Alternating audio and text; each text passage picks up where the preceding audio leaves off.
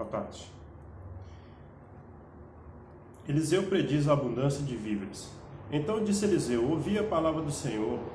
Assim diz o Senhor: amanhã, quase a este tempo, a uma medida de farinha haverá por um ciclo, e 2 medidas de cevada por um ciclo à porta de Samaria. Porém o capitão em cuja mão o rei se encostava respondeu ao homem de Deus e disse: eis que, ainda que o Senhor fizesse janelas no céu, poder-se-ia fazer isto? E Eliseu disse: eis que o verás com os teus olhos, porém daí não comerás. Então nós vimos aqui a história de uma incredulidade muito grande, após o profeta ter profetizado a abundância de víveres. E esse capitão, então, ele deu um exemplo de incredulidade, a ponto do profeta ter que dizer para ele: tu verás, porém não comerás. Não sei o que aconteceu com esse capitão, o que causou, o que impediu ele de entrar na bênção, de usufruir da bênção e não comer da abundância de alimentos. E mais à frente, nessa mesma história, nós vimos aqui o relato de 4 homens leprosos. Esses 4 homens simbolizam o Evangelho, e esses homens então tiveram uma atitude de fé totalmente contrária desse capitão. Eram homens leprosos e que teriam que dar uma solução, procurar uma solução para os seus problemas de saúde, para os seus problemas de rejeição, para os seus problemas de financeiros, enfim, todos os tipos de problemas que uma pessoa dessa poderia enfrentar.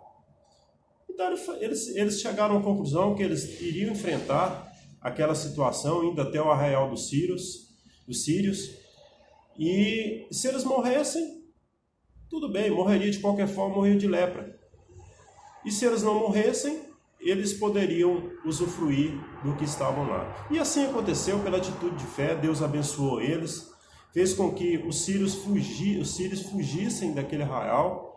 Deus fez com que surgisse barulhos, como se fosse barulhos de tropas de Israel chegando. Então eles fugiram com medo, e com isto eles usufruíram de tudo que estava lá. E falaram: não, nós temos que então anunciar isto ao nosso rei, as boas novas. E assim eles o fizeram. Então isso quer dizer que eles tomaram um posicionamento de evangelistas, de pessoas que estavam dispostas a fazer a missão do Evangelho, de pregar o Evangelho.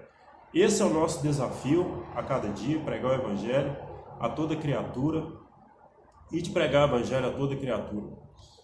E então, com esse anúncio, eles se tornaram o quê? Para a história, eles se tornaram evangelistas.